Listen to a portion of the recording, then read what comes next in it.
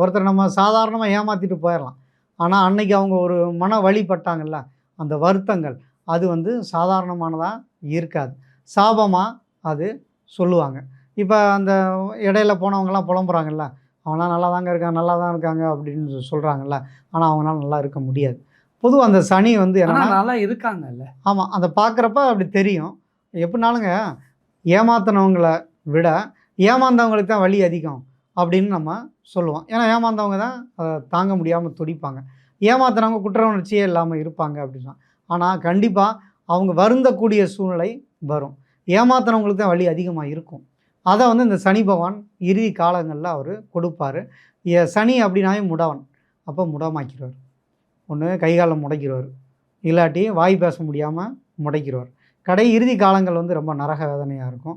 சனியோட தண்டனை வந்து கொடூரமானதா இருக்கும். அப்ப யார்ட்டயும் ஹெல்ப் கேட்க முடியாது.